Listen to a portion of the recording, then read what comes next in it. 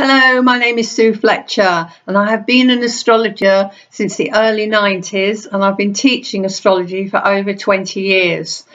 And my goal really is to teach as many people as I can this great subject of astrology, and doing it online I can actually do that because I can reach a lot more people.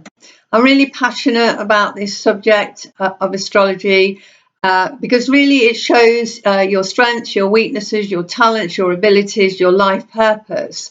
And to be able to do that for somebody is a fabulous gift. And so what I will teach you is the same thing: how to interpret a birth chart in an easy to understand step-by-step approach. There are 9 modules with videos and handouts that go together. And I know in the past people have maybe said that they love handouts to go with the videos because it gives them a reference point. So with this course, you have all the handouts to go with it too. So this course is for anybody who wants to learn astrology, take it up for maybe an interest, a hobby, or even professionally.